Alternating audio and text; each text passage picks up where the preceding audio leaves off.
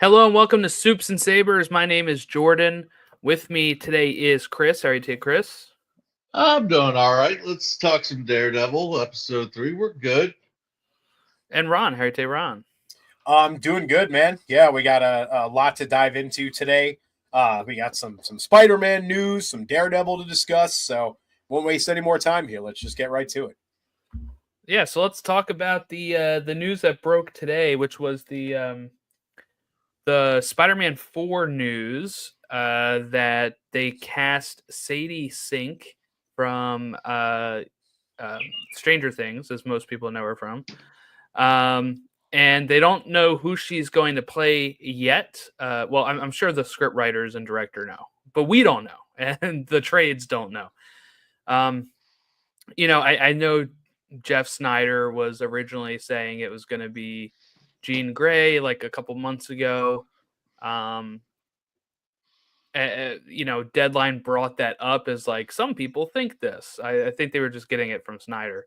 Yeah. And then of course some people thinking Mary Jane. Now people I've seen Firestar from like Spider-Man and Amazing Friends. I've seen uh my joke was the Gwen Stacy one because they did that to Emma Stone and Bryce Dallas Howard as well, where she was not blonde and they made her blonde. So I guess it could be anything, right? It could be any role, but I guess if we had to think about it, what role do you think? And we'll start with you, Ron, because you're wearing the shirt. Is it going to be Jean Grey? Is there a chance that this is how they introduce her? And what are your thoughts just on the casting as a whole? So I think there's a chance that it's her. Um, it seems like this movie is going to be not just set like on the movie slate in between Doomsday and Secret Wars, but smart money would probably lead you to believe it's going to be set events wise during these two movies in the MCU as well. So, with that being said, there's going to be a ton of multiversal shenanigans going on, I'm assuming.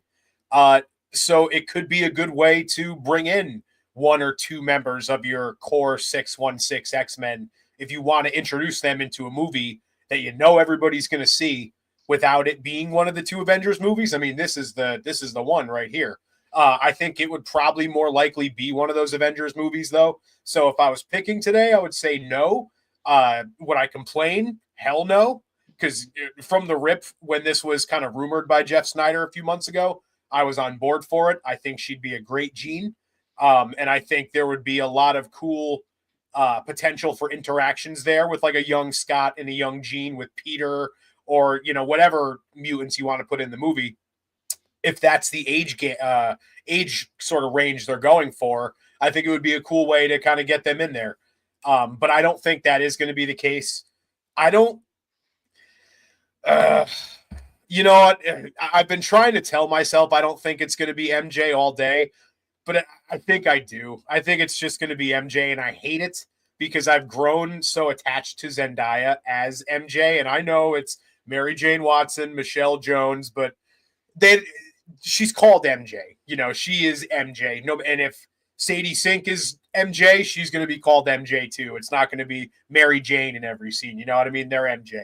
So it would just feel like a bit of a pointless swap, and also kind of weird for Peter to just go right to dating another girl who's also named MJ. I don't know. Like if you think about that in like real world, like somebody breaking up with their partner and then immediately dating somebody with the same name, it's just like a little, I don't know, weird. So I do think it's probably going to be MJ. And I'm sure she'll be great in the role if that's the case. But I'm very curious to see how they do it because there's a way that they could do that would be that would feel forced and have people feeling let down. So if we're talking about this is the theory that has actually been getting the juices flowing for me lately. Here is I saw somebody say Toby Maguire and Kristen Dunst's daughter if they're doing multiverse stuff.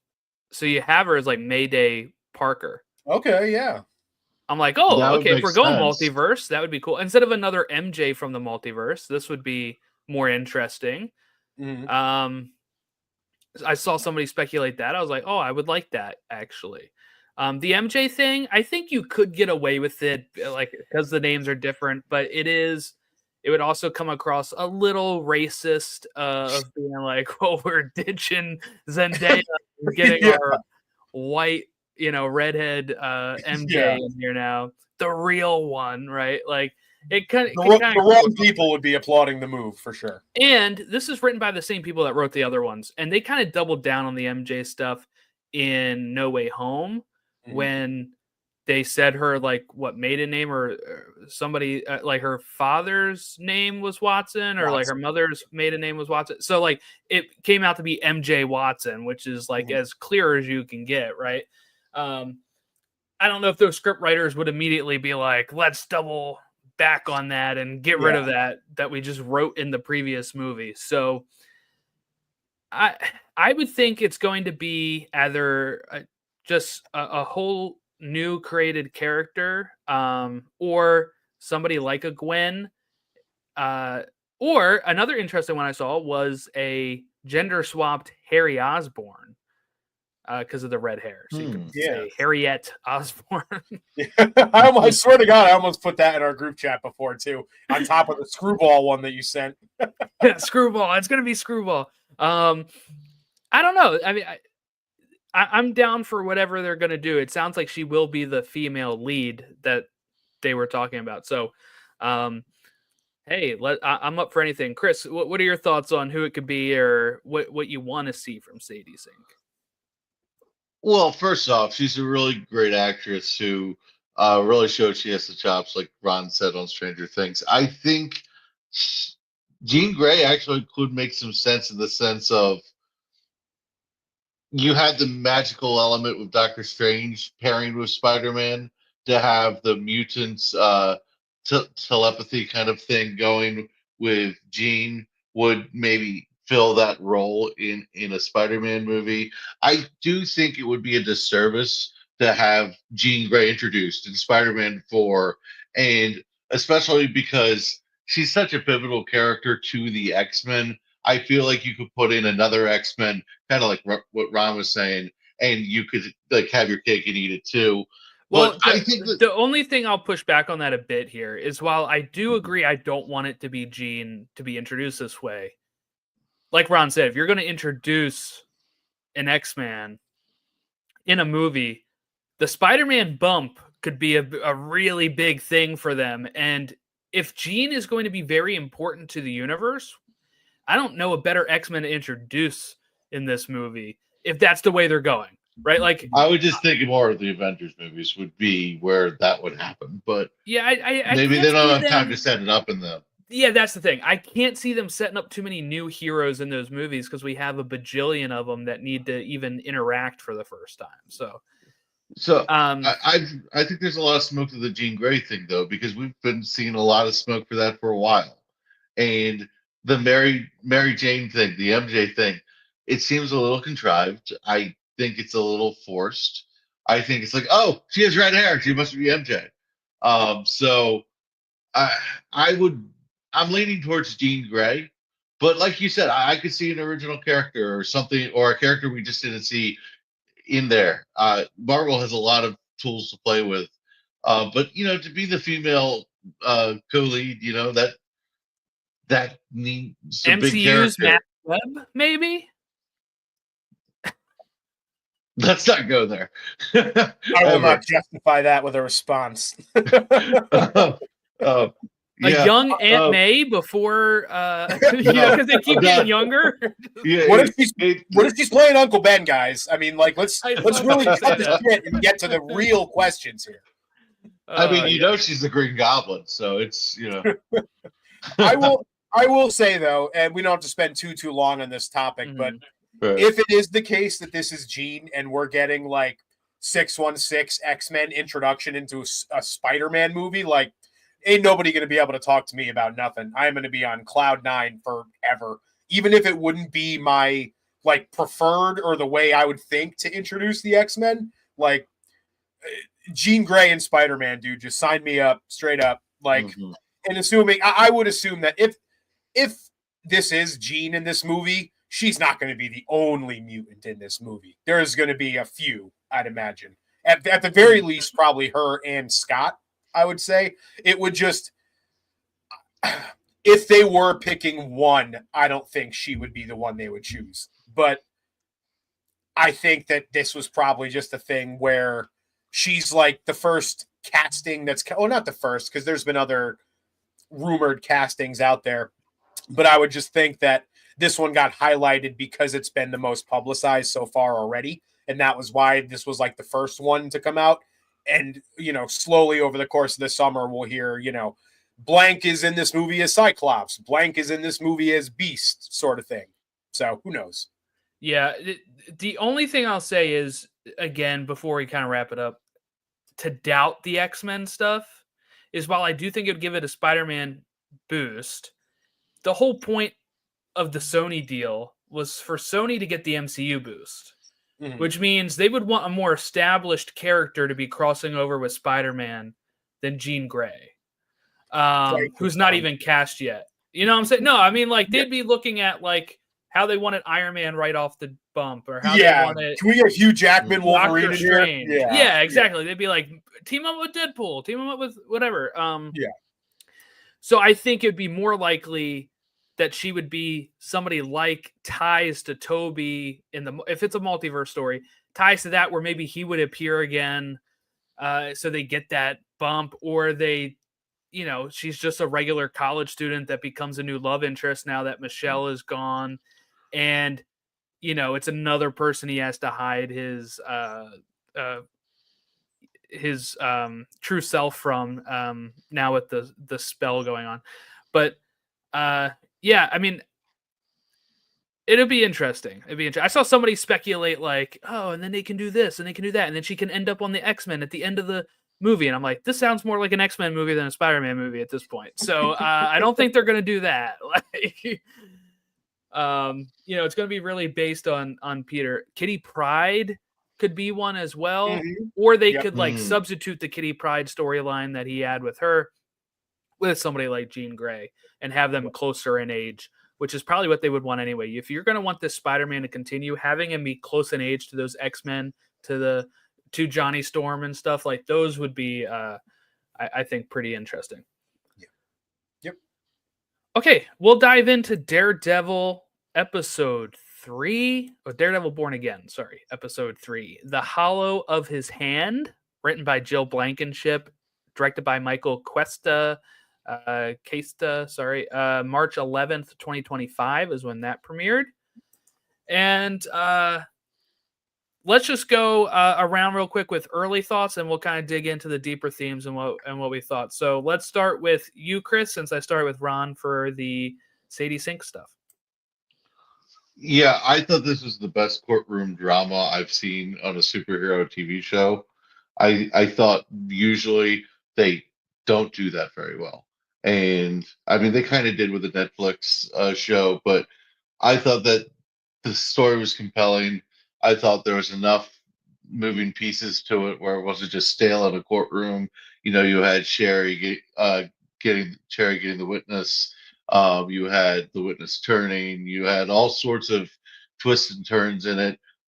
Matt going for the big play at the end, and that could have blown up in his face as well as that was a big risk. And the fact of the matter is, I was gripped to the TV the whole time, and I actually think this is my favorite episode because while both 1 and 2 gave me elements of what I like about the show and like this character, I think this was the best written episode, as in like a story inside the episode. Like, I think it was really well done, and I'd like to see a couple more episodes like this. I know we have 8 episodes. If you told me 2 more episodes were... We have 9. 9, wonderful. I get one more than I Bonus thought I did. Yeah, it's crazy. So if you told me you get a couple more episodes like this, I'd be really happy because they tied everything together and it was emotional. And I just think this is what the show wants to be. And in episodes 1 and 2, both episodes were very different. So this is, I think it's landing on its feet doing its thing. I'm excited about this episode, and the ending of this episode. I know we're going to talk about. I think I didn't see that coming, and yeah. You and me both. You and me both, man. There was the big complaint that people had, or I wouldn't say the big complaint, but a big complaint that people had about the Netflix show was that it didn't shine as much of a light on the courtroom side of Matt. It was a lot of like, them working in the office or, just all the other crazy stuff. But this, to your point, Chris, gave us some good old fashioned lawyering. You know what I mean? I love the episode, by the way. I should start by saying that. I really liked seeing the divide start to grow even more between Fisk and Vanessa as well. It seems like we're starting to get to a place with them where it's like there's a power shift going on. It seems like Vanessa might slowly be taking all of Fisk's men, like men that he thinks are his right-hand guys, and like pulling them over to his side. I think the only one that's not going to go over to Vanessa's side, which is just going to make him even more like emboldened to be behind this kid. Jordan, help me out again. Gandolfini's character. What's his name? Daniel Blake. Daniel. Yes. Daniel. Yeah. Yeah. I just, you have to get in the voice of D'Onofrio. Yes. That's the only way I can remember. But yeah, so I think that this whole thing is going to cause them to have a tighter bond. Something we glossed over last week, by the way, was her admitting that she cheated on him in this Adam guy. I know about Adam sort of thing. We didn't talk about that in the show last week, but that was a big thing. And we see he's got his knuckles all messed up in the beginning of the episode. And first of all, great cut to go from that to Matt's like knuckles. Seems like they're really trying to highlight the parallels between these two characters this season about how they're not quite so different from each other, even though they are. Like just that moral grayness that we talked about last week. Yeah, because real quick, just last week after we get off of here, I'm thinking about this even more, and I was like, I really should have brought that up more of like, we talked about Fisk kind of sliding back into it with the threat of unveiling this guy's secret lover and love child, right? Which we got a comment on the YouTube as well saying it was a political threat, not a violent threat. And I agree. I think what we were saying when we were talking about sliding back into it is at the beginning of the episode, he's saying he's clean. The mayor campaign has to be clean. And then he's immediate dirtying himself back up again. Not like a violent way, but the threat of I'm playing dirty here politically. In the mud. Yes. Yeah. And when you also have Matt telling the officers you don't want to do this, it's almost like he's talking to himself as he's about to snap back into Daredevil mode here. And he lets out that scream when he's done, and it's just like he hates that he loves it. We kind of talked about that and how both these characters think that they are better. They're at that diner almost convincing themselves as much as each other of we're on the right path now. But if you mess up, I'm coming to get you. Right. But they're both kind of almost convincing themselves. And Matt does that again here with White Tiger later, where he's telling him like, you got to hang it up. You won't miss it. Like he's talking to himself a bit to try to quell that.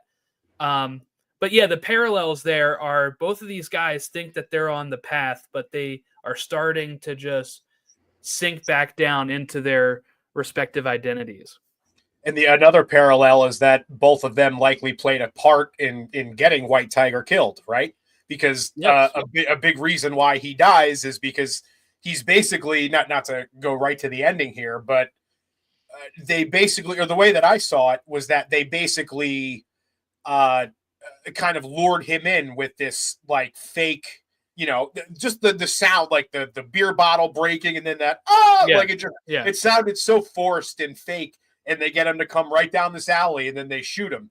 And with the way that Fisk's like he's got the voiceover during that moment talking about like justice and stuff, definitely leading you to believe that he is the one behind that, using the proxy of these sort of Punisher killers, whatever you'd like to call them, the cops that are misappropriating the Punisher thing. So yeah, there's a lot of parallels between Matt and Fisk. It's more just like different approaches to the same sort of end result, I guess would be the best way to put it. Yeah, I really enjoyed this episode. It's, I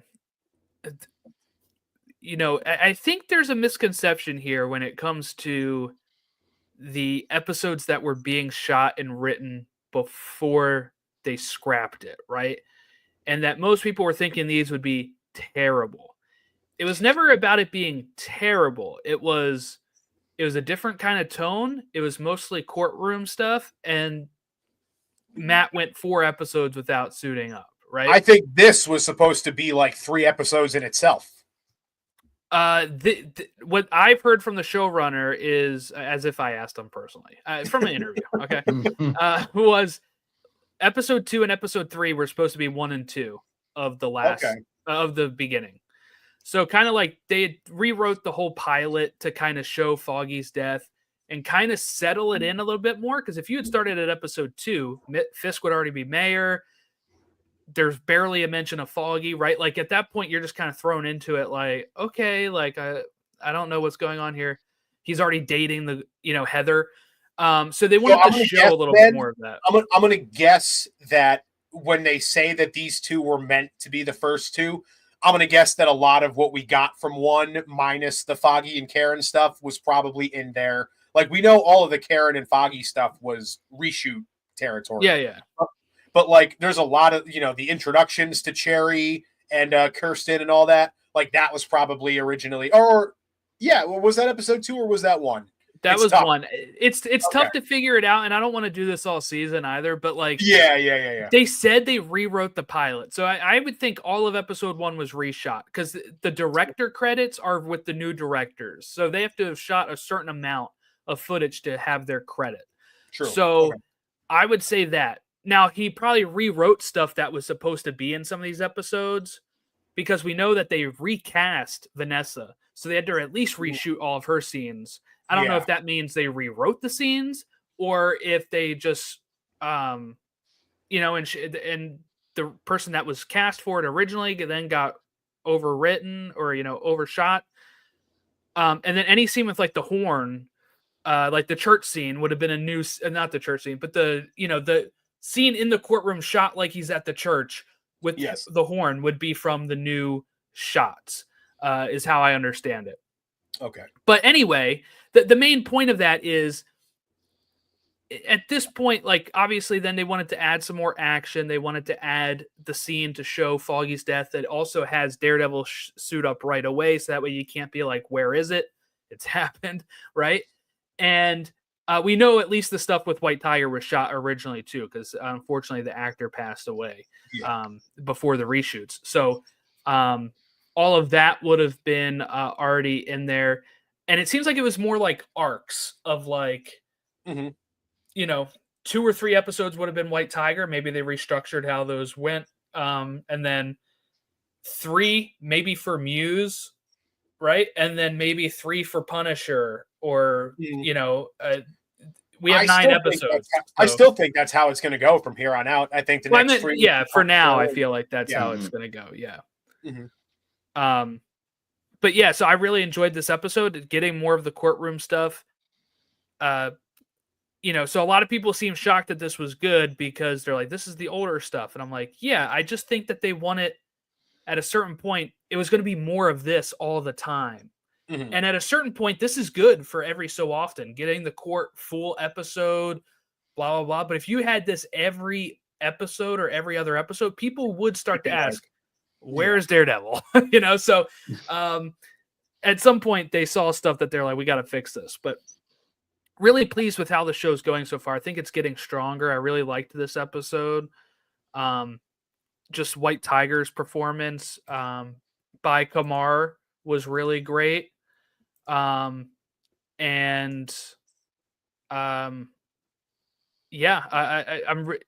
ending was I kind of saw it coming, but I thought it would have been when he was walking out of the courthouse. Yeah. At that point, I'm like, oh my God, somebody's got to protect this guy. But then once he suits up, I'm like, oh, I guess he'll be fine. And then bang. I guess the amulet isn't that powerful, but that does. When it's right here, when it's right there in the temple, I feel like there's not much it can do. Wouldn't have happened to Jean Grey, I'll tell you that much.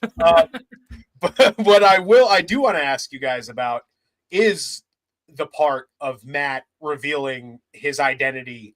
How did you guys feel about that? Because when it happened, I was unsure about it. And in my head, I was like, this is going to, even if he gets off here, this is going to have repercussions. And it didn't take too long for there to be repercussions for this.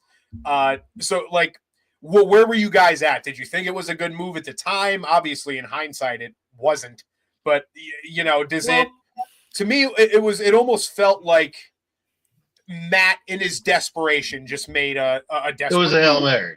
Yeah. I think it was a great move. I still think it's a great move, even with White Tiger dying. What else could you have done, though?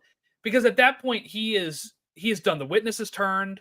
There is no other shot that they have, and I just love the spin of the just total hypocrisy from last week of him asking for it to be inadmissible, but then he has to turn it around immediately and he does it smartly by saying it out loud before the judge can stop him. Because if he had brought up to the judge, I'm going to bring this up now, he'd be like, no, it's inadmissible. So having to say it, and then he's like, the judge is like, I can't even tell them to ignore that because they're going to have it in the back of their mind. Toothpaste is out of the tube. Yeah. And now, you know, if we get another jury in here, they're going to know about it. So I can't even like put a lid on it at this point. And it worked. At that point, the DA has no other excuse than sometimes good people do bad stuff. And you can pull the same thing with the cops. It's like, yeah, well, maybe they were doing bad stuff. And he starts going into detail like, y'all ever see a body exploded by a train and then the train moves back and all the body parts spill out of it? Like, I don't know how well that's going to go over, bro. But here's the thing, too. Even if he didn't bring up the White Tiger stuff, and let's say Hector does get off, the witness turns, that fake Punisher is still taking out the witness and Hector later. And they could get him when he's not dressed up anyway, and he wouldn't be protected. Yeah, the fix was in. The fix was in, but the thing I thought was so cool Fisk can fix it. Was... But the thing I thought was so cool was that they turned it around in the police. It was, there's police reports where the White Tiger was helping, and he's in the same fight as you guys. He's a hero, and it got to a point where the police are like, yeah, we can't say anything, we can't do anything. Well, some of the cops in the room are like nodding, like, yeah, White Tiger's pretty dope. Yeah. So I mean, shut up, Gerald. So it was. I thought it was clever, and I thought it was fun to see corrupt system have to sit there and take it. You know, it was because they were pissing me off. I'll tell you, these fake cops, they're on TV, but they were pissing me off because when when the witness turns and they all start snickering at Matt Murdock, like, you know, I'm like, oh, you guys are gonna get it. I was like, you guys are gonna get it. How can you be so mean to a blind man, for one, right? And just the hubris of, because he was a cop, he had to have been good was mind-blowing. You know, I know that's how, like, that stuff actually creeps up when we talk about real life and real. They don't go after the bad apples because they're one of them, and it's this herd mentality. It makes no sense. Bullshit. Well, like, it's that thin blue line, support the police. It's like, well, wouldn't it make more sense to get the bad apples out so we can support the police that are there, like the good, the good ones? But like the whole system falls apart on itself. You know, the show is doing a really good job with the social commentary without beating you on the head with it, though. And so many shows that try to do this just beat you over the head with it, and then it becomes their show is got their agendas. And no, the show I was told this stuff wouldn't happen because Disney owns it now. Yeah, so that's what I was told. And they do a good job of, like, distinguishing like what seems like the good, the ones who were kind of nodding along in the crowd and like, Cherry's a former cop. Yeah. Well, Cherry also gives drugs to fucking what's his name, Nicky Torres. So even he's a little. That was just to get him not thrown up on the stand. All right. Yeah, true. I love Jerry. I love Jerry because it's all about the ends to the means. It's like I'm a realist. I'm not an idealist. I'm a realist. He does everything calculated. He's the smart, level-headed one. He can give it to him without being unemotional about it or without hating it because it's just my job. Oh, I also thought it was a cool little fake out at the dude. Yeah, that was like some James Bond Mission Impossible kind of stuff in there. I was like, yeah. I thought for sure when they opened the van door, I was like, I literally paused it. I was like, what? They got a compartment in there or something? Yeah. Yeah. No, that was good. That was real good. I assume he just went into the back of the van and then went out the driver's side. Yeah. And then into the cab in front of them with, and it's blocked by the people watching them. Yeah. Is probably what I would think. Yeah. Yeah. I don't think they want us to think too hard about that part of it. But just circling it back to what I was saying before, they do a really good job of like distinguishing that those cops are different than the Punisher cops with the tattoos and, doing all this shit. And that kind of brings up to what we saw at the end with Fisk having that voiceover I mentioned while this Punisher cop takes out White Tiger. Do you guys think that, we saw the sort of butting of heads between Gallo and Fisk. Do we think that Fisk has found a way to get these sort of corrupt cops under his wing now as a way to be able to push back against Gallo from within on the force and be able to essentially have his hands in the police department, but without, having to essentially deal with Gallo and his guys, quote unquote. I have doubts as to whether good guys.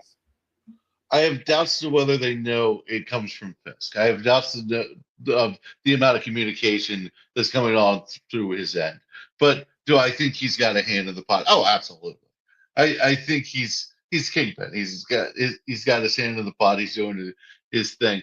I am just amazed that we have cops with Punisher tattoos at all, because you would think that would be a direct violation of some role that they would have as police officers. But it's just in real life. Yeah, in real life we see it. Yeah, so yeah. My thought of this is it's definitely, when I first viewing of it, it seemed like it was supposed to be Fisk gave the order. I don't know if that's where I stand now, because the more I think about it, like I said, I think they would have taken him out anyway. He's what they see as a cop killer. They want justice. And the way I see it is anybody with those tattoos is the Punisher, and they kind of rotate being the Punisher that takes out cop killers. Oh, okay. You know what I'm saying? So that way, you can't always pin it on the one cop. Yeah. Well, he was working and I was with him over here, so he wasn't doing it, but maybe he did do the one last week. But guess what? They all just think it's the same guy instead of, and they all have the tattoo. Fisk doesn't have to really communicate with them to rile them up. He just has to say, he can activate them very easily. I don't even know if I think he was kind of reading the situation of that guy got off. He's going to end up dead anyway. It's a miscarriage of justice, but also it could be maybe this wasn't happening at the same time as the BB interview for sure. And this comes out and they say, oh, the mayor agrees with us. I can go do this. I have I'm saying I'm emboldened by the mayor saying this. Maybe it's even to do it. Maybe it's even a thing where Fisk isn't responsible for this one in particular, but in light of this happening, that's what causes Fisk to start to get in with them. Maybe makes that, we all just read Devil's Reign. They have their sort of anti-vigilante task force thing. Maybe this is for a few issues. Yeah. Then it becomes Doc Ock multiverse. Yeah. But maybe that's what this is essentially all leading to. Once they ditch this Punisher garb after he comes in and kills enough of them, which I'm really looking forward to. They go to Fisk for protection or something, or Fisk recognizes them for taking out a vigilante. However the connection is made, there's definitely more coming here. I think even after the whole Punisher thing comes and goes, these corrupt cops aren't going anywhere, I don't think. I do wonder how Fisk is going to handle this, though, because he was very anti-Punisher, Spider-Man, Daredevil in his address. He does agree White Tiger should be dead, but if it looks like another vigilante did it, is he going to be like, this is good, actually? Or is it to make Punisher look bad now and make the vigilantes look even worse? They're eating their own, how is he playing this in the public perception? I think some of that will get through the BB reports as well, because we get to see every other, like regular everyday people. Called that, by the way, last week. She is totally his, in the pocket reporter, that she is the direct link, like we see politicians today go on, like Joe Rogan and stuff like that. It's a way to not have to go on some network that's going to, for you or against you, that's going to slant the message and take bits and pieces of what you say. BB is basically just a direct line to the people for him. And by using that, like he said, she's used to being underestimated. By taking advantage of that, she's probably so blind, and she thinks she's doing this great thing by bringing, just the uncut message to the people. She doesn't realize that she's being played like a fiddle the whole time too, just for Fisk's gain. So, yeah, this episode has to clear it up for us, right? That she does not know that Ben was killed by him. Oh yeah, yes, her uncle, absolutely. Because I don't think she'd be like playing the long con with him if she knew. It would be a good twist, though. I said last week, she was a little overzealous. If this was all part of the plan, that's a pretty damn good plan. Yeah, I just think it'd be that's a tough sell. I mean, she's young to be like, I'm going to go into the belly of the beast, the guy that killed my uncle, and get all this dirt. But because here's the thing too, if we take seasons 1 through 3 as canon, which we can now, right? He gets off even corrupting the FBI. I mean, you'd have to be so naive to think you're going to be the one to take down Fisk, because he always comes back up and pays people off. Yeah. The guy's been in and out of jail more times than, anybody. And he just keeps getting out. Yeah.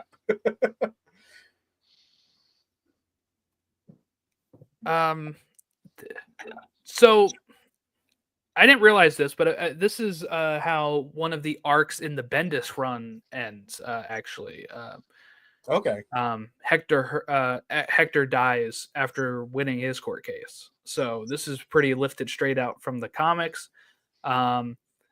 And other people do take up the White Tiger mantle, of course, his niece, and I think his sister or somebody at one point there's been 5 White Tigers. So the character can continue. But this is pretty true to the comics. I'm going to have to read that run because it sounds interesting. I don't know which run exactly it is, but they said it was the Bendis run has an arc just like this. And it was actually something I think Charlie Cox said he wanted to adapt at some point. So, I mean, so it sounds like he got his wish. Got his wish. And I am glad, we didn't like seeing the character be killed on screen, obviously. But I am glad that they got to fulfill his arc before he passed away. Yes. Whereas, if he had a bunch to do in the rest of this season, and he was this awesome character that we fell in love with, and then we weren't just weren't going to get him anymore in season 2, that would have been rough. I think it's really cool. They also made a point to show that cop gets out of there pretty quick. He doesn't take that amulet around the neck. So I think there is room in season 2 if you want to introduce his sister or his niece or whoever to sort of take on the mantle. There's room for story there. I don't know if I need a whole show of it, but to either be in season 2 or maybe to be a special presentation on Marvel on Disney Plus, the legacy of White Tiger or whatever the hell you want to call it. That I think it could be cool. It's a cool character concept, and I think it would be a good way to honor Kamar De Los Reyes, who obviously is no longer here. I don't I think you saw have an to. interview. I was just gonna say, I don't think you have to worry about White Tiger getting a show with the way that Marvel's been with them lately. Like Yeah. that day would have been like 2020. They would have been like, "Here's the White Uh, Tiger show." I saw I saw an interview with the director was saying that that actor was working through pain and they didn't quite know the scope of everything. Oh. And he said, "No, I just want to get this done. I want to do it justice." He was really committed to it, and he probably worked through more pain than he communicated. And I think it shows in his performance how determined and like stonewalled that character was. But I think my favorite scene in the entire episode was, well, I too, but what the one that connects to this was that scene where he's talking to Matt Murdock in prison. He's talking about the frogs and the island and the sound. And most people think that it's just annoying, but to him, it's heaven. And then the episode ends, and you hear the frogs. And I don't know how you watch that episode and not get a little emotional about it because first off, it was a touching tribute connecting to the story, but it was very touching for the actor and the circumstances. Obviously, they stink. I wish we could have gotten more. He seems like a really awesome dude. Um, you just got to give props to the performance there. Yeah, 100%. Yeah, it's a shitty situation. You know, no way you slice it, but hell of a last role to go out on, and you know, the only shame of it is that he's not here to see all the flowers. You know that People love it. Yeah. Yeah, and that scene with Matt is just so good as Matt's trying to say, "Hey, you know, since I outed you, you're done. Like, you know, Yeah. you can't go back." And which I think is, like I said, Matt talking to himself, but he's almost conflicted here too, because when he's giving his speech in the courtroom and stuff, he's like, "We can't let this guy go. He helps people. He saves people." I'm like, "Well, you just told him not to do that anymore." So, like, obviously, like, it's in Matt's mind in the back of his head somewhere that this is probably going to continue. That Hector will always be who he is, right? And that's kind of what Hector says, is like, it's who I am, helping people, saving It's going to be very pivotal for Matt, though, because I think he's going to realize he can't turn off that voice in his head that tells him he needs to go be the hero or the devil in this case. I think that's going to be very pivotal for him. This is moment. I was just before you give your other one, I will say this: what just happened with White Tiger is 1000%. You know, like the thing that happened with those cops at the end of episode 2 was like the point that put him on the ledge, and this is what's Daredevil is back after this 100%. My other favorite moment was when he's dealing with one of the cops that tried to take Matt off the board, and he's, "Hey, I hear you have a black eye," because he's blind. He's like, "I hear you have a black eye," and then he connects it to his boxing and his father. He's like, there's a saying in boxing, the best way to prevent that is quick hands, and it's like, dude, that was like the smoothness that Charlie Cox delivered that line is criminal. It's so good. It's also like just the cockiness from Matt there, because there's no way this guy's going to be like, "This guy's the guy that beat me up," because people would be like, "The blind guy beat you up." Like, he would come across so bad. And also, why were you at the witness's house? Yes, like, exactly. Like, you have him. Yeah, you have him where you can just dunk on him, and he can't say anything. You know? It did show some of Matt's hubris, though, and I think we got that a lot in this episode. Like, even in that last moment of desperation with the White Tiger stuff, like, it just, I don't know. We are seeing a very imperfect Matt so far in this season, and I like it a lot. I love when these superheroes aren't invulnerable. You know what I mean? When they have that Achilles heel, whether it's somebody in their life that they care about, or in this case, well, Matt's he's got a few of them, but in this case, like their own sort of, hubris or their own personality traits that can be sort of used as a weakness against them. I think for Matt, that hubris is a big one. And I think we saw it in this episode. Kind of going back to the Punisher stuff. Now that I'm thinking about it, Fisk calls him out in that presser, right? He says the Punisher, like going around with a skull on his chest, right? Guy that dresses like a spider, Daredevil, all that kind of stuff. When we see in the trailer, John Bernthal is pretty rugged looking. He's got the full beard going on and stuff. I'm going to think he has not actually been active in a while. Yeah. And the Punisher Fisk is referring to is that rotating cops who have been doing this in the meantime while he's been gone. Kind of living out that fantasy of theirs, you know, and taking out people that way. And that might be when Matt finds him then. It's like, hey, do you know there's somebody out there still, you know, kind of doing your stuff here, and him having to shave and, you know, get suited up and hold on, man, I gotta shave his beard. Yeah. With his Let me ask you something. Let me tell you something. You know what's funny? My first experience with John Bernthal was yours Walking Dead? Yeah, of course, yeah. Okay, so mine was this short-lived CBS sitcom that I watched in 2006 for 1 year. Okay, it was called The Class, and it had actually really loaded cast. It had Jason Ritter, it had Andrea Anders, it had John Bernthal, Jesse Tyler Ferguson from Modern Family, like really stacked cast. And he plays like this goofball guy with long hair. And so that was my first experience. That then anytime I seen him in something else, like when I saw him in Walking Dead, I was like, hey, it's the guy from The Class, the show nobody else knows about. That's actually really funny. Yeah, I'm gonna have to check that out. Same thing when I saw Jesse Tyler Ferguson in Modern Family. I'm like, it's the guy from The Class. So random. Yeah, I've never even heard of that. I'm definitely gonna. That's got to be on one like, season or something. Last time. All right, so you can get it on Amazon Prime Video or YouTube for $1.99 an episode. Oh, that's how you know it's obscure if it's not even free on the streaming site. Yeah. I almost bought the DVD. They have the DVD out. I almost bought it. I'm looking at his haircut though, and I'm like, yeah, I see what you're saying. Oh, that's awesome. Yeah, he's playing like I think he was playing like the guy that didn't do good in school. You know what I'm saying? Like he was that type of guy. He does. He has the teachers.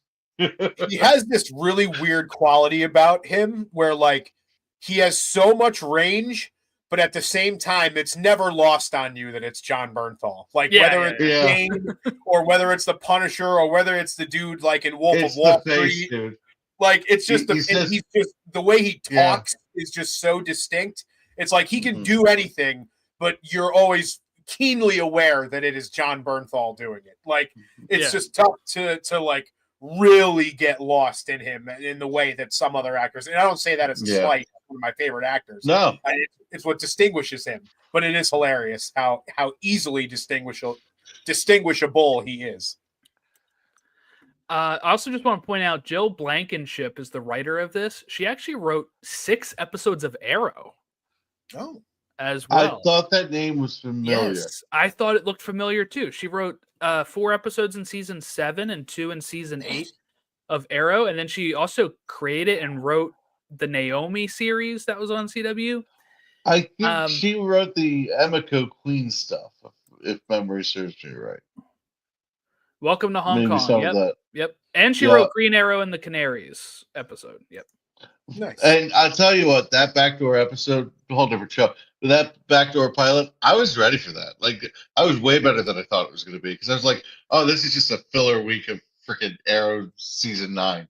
Dude, well, I just want to give her the props because I remember when she got announced, people were like, she wrote some bad episodes of Arrow, or like, you know, she wrote for the last seasons of Arrow and stuff. But this just shows what a writer can do. You know, like you can't always judge them off of like the last thing they did, right? Like, no. while I liked Arrow, like this writing in the courtroom and stuff was just another level than we had seen in those episodes of Arrow. And so you're like, not even allowed to do that in Arrow. Come on, it's a completely different show. They did it in season 2, didn't they? With Moira. Well, yeah, they kind of did. Yeah, you got to consider the sandbox that they're in. Like, as much as they're dealing with. All that stuff. Like there is not a writer or a director out there that that's done a lot of stuff. I'm not talking about people who've done like 2 things and they're the hot thing at the moment, but any like well-established behind the scenes person on a movie has surely done at least a few stinkers. Like it comes with the territory. Well, they haven't done anything good outside of Marvel, but the things that they do in Marvel are tremendous. I was just about to bring that up because this is what kind of pissed me off is when those last reviews of Electric State came out and people were like, I'm starting to get worried about Doomsday and Secret Wars. I'm like, as if they don't already have a good precedent in Marvel. Like, relax. Like, and guess what? If those movies suck, oh well. Like, life goes on at a certain point. To me, with a writer, it's a lot like, you had Carolina Baker Mayfield, you have Tampa Bay Baker Mayfield. There you go. Yeah. At first, when you said Carolina Baker Mayfield, I'm like, what did she write? Then you said Tampa Bay, and I was like, oh, all right, no, Baker Mayfield. Yeah. Okay. It's a football reference. It's what I do. I haven't pulled one out in a while, so I was like, I got to put it in there. But, like, it's a completely different situation when you got a whole nother cast of people around it. Yep, 100%. That's a great analogy. Honestly, change of scenery is all it takes sometimes. Yeah. Yep. Okay. So anything else about this episode? Besides the fact that Nikki Torres is a bitch. Oh yeah, that pissed me off too. I kind of saw it coming. I was like, oh, he's not gonna. You can see him squirming in the chair. All the work to get him there. But can you blame him? Can you blame him now that they shot Hector? He'd be dead. They might just still kill him anyway. Who knows? True. I hope they do. You don't get mad at Nikki Torres. It's a symptom of the disease. Yeah. You know who I felt sorry for? All right, this is the guy I felt the most sorry for in this episode, other than Hector. Okay. When they pull up to that Red Harbor or whatever they're going to, right? And it's the truck, and the person's like commandeering the truck. Oh, yeah. And the one guy is like, I'm not doing this. And then they shoot him. And the other guy, the driver, ends up getting shot because he saw it. But I'm like, he was the one cooperating. Like, come on. I feel sorry for that guy. Yeah. Just bam, dead. Yeah, no, the things are no honor amongst thieves. Yeah, things are popping off between the 5 families, and I'm so excited to see where that goes. And like the whole idea of like, I didn't watch Daredevil season 3, but I watched the finale, and what I can gather is that like, and tell me if I'm wrong here, guys, but it seemed like it was like Vanessa trying to get Fisk away from that, like kind of criminal life and like, the marriage and all that stuff to try to like make him not be what he was. And now it's like the opposite, where he's trying on his own to get to, be a little more clean, at least by his standards. And she's the one that's like the new kingpin, essentially. So it's an interesting thing there, and I can't wait to see where it goes. What I'll say is, do yourself a favor, go back and watch season 3 because it is the best season of the show. And there's a really great prison fight that happens in like one shot, and then there's also it might be the best scene in like anything. And then there's also a really great episode where they have a fight at the Daily Bulletin, which is another great episode. Yeah, but that's a good one. I can watch it. Yeah, and the character work with Dex is really good in that season. But anyway, she doesn't really try to get him away from it in season 3. What kind of happens is like she's off being hidden away. He doesn't want her to come over here because of his enemies. And when he gets out of prison and starts kind of having power, he's able to send for her to come back. And he's like just so emboldened because he has all these people that are corrupt allowing him to do this stuff that he like gets married and, like he's like, we can have the life we've always wanted, like that type of stuff. Right. And she's like, oh, I love you. And I love you. She's kind of weird in the sense that she Mhm. seems to really love this side of him and is kind of turned off from him not being that way, it seems like, Oh, right? okay. Don't you Okay. think, like, in this episode too, like, she's very, like, Yeah. it seems like she's very turned off from him. Now, also, he left her during the events of Hawkeye and Echo, I guess, because he got shot and he's like, I gotta recuperate. I don't want to be around you. I don't know, like, what he was doing, right? We But, know like, what she was doing or who she was doing. yeah, Adam. And Adam. she, like, it seems Don't like kill him. maybe we don't know how long he was gone from her, but maybe it was enough for her to be like, hey, I don't know if he's ever coming back. I'm moving on. You know, so then when she shows up in this episode 1, she's like, whoa. Do we think that Fisk's knuckles are from beating the shit out of that guy? Because it can't be from season 3. Like, honestly, no. Honestly, it could just be from him hitting the wall on the desk because he can't hit what he wants to hit. Could be. I'm thinking it would be that he's got anger issues. I feel like he would lose Vanessa completely, right? If it's Adam. So I think he would be a little worried about pulling Probably that some trigger. poor clerk. I think you are Adam to me. He's just beating up some random valet. You are the representation of Adam. He's got like a paper with like a picture of Adam's face on it, and he Yes. just puts it on it. And he's like, when I was a boy. I actually think if it was Adam, we would have gotten some sort of reference to it more than just the knuckles. Like maybe an Adam like appearing on the news, like MIA or something. You know, like I don't know. I just think he would be complete. Like I don't know if he would pull that because it would. She kind of says like, "Don't do it." Like I feel like she would lose it. Like he would lose her completely. They're already on the outs, right? Like I feel like that would be a little too far. I feel like Vanessa is a little bit like Harley was in Joker 2, but like actually Great reference. I much have no better clue. done. Whereas like she does not care about the person, she cares about the violence, she cares about the alter ego. She's all about Kingpin. She doesn't want Mayor Fisk. She doesn't love Fisk. She loves Kingpin. No, yeah, she loves the power. Because when they met, he was already like top of his game in season 1. You know, like and he was in charge. She likes the champagne and people staring awkwardly and to be the queen bitch. She loves that shit. And the power. Like, yeah. So honestly, she was obviously going to try to take over that side because that's what she wanted. She does not give two damns about Wilson Fisk. Doesn't give two damns. If he's going to be Mayor Fisk, she doesn't want him. Yeah, seems that way. And it seems like there's a hell of a power struggle coming up between them. You know, what did the guy say? I don't work for the mayor. I work for the man. The man is the woman in this situation. Yeah. Whoa. Yeah. Whoa, man. Yeah. Whoa, man. Wicked woman. Okay. I think that'll about do us this week. Yeah, got through my notes. Yep. Yeah. So next week is a one-off episode, like episode 4, and then the week after that, the 25th, is a 2 episodes 5 and 6, premiering in one night. You know, because they're trying to get this done before Andor season 2, not and/or season 2, but Andor season 2. The one way out. Heartbreaking. Okay. I can't swim. Heartbreaking. Hopefully people were not spoiled on that. Anyway, I'm just kidding. Watch Andor if you haven't watched Andor.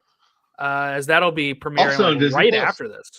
Yeah, it's premiering like right after Daredevil. So we'll be here on Soups and Sabers talking Andor season 2. And they're doing that a little differently this year where they're going to be doing 3 episodes a week. They're going to be doing the full arc of each thing as it goes. I think it's a smart move because I know people like a certain co-host that have watched Andor when it was first releasing and it maybe started a little slow and people fell off of it. So if you give people the full arc and you give them batches of arcs each week, I see a lot of people saying it's rushing it, but I also think you get the full arc that week. We got multiple arcs. It's 12 episodes. We'll have 4 weeks of 3 episodes or whatever. That might be enough to help keep the momentum going for the show instead of 12 weeks worth of material. So, yeah, I think it's a good move. Yeah, the only thing that's going to be difficult is covering it for podcast purposes, but Well, it might make it a little easier in the sense of we'll be able to just do it in arc chunks, so that might make it a little. The tough thing would be like watching all 3 and then. Well, that's what I mean. Be able to record. Yeah, that's what I mean. Yeah, it might not be Wednesday nights. We might be doing Thursdays. All right, but we will have our arc discussions weekly. Okay, well, that'll about wrap us up here on Soups and Sabers, which is you can follow us at Soups and Sabers on all of our social medias. Okay, thank you all for watching and listening along. We will catch you all next time.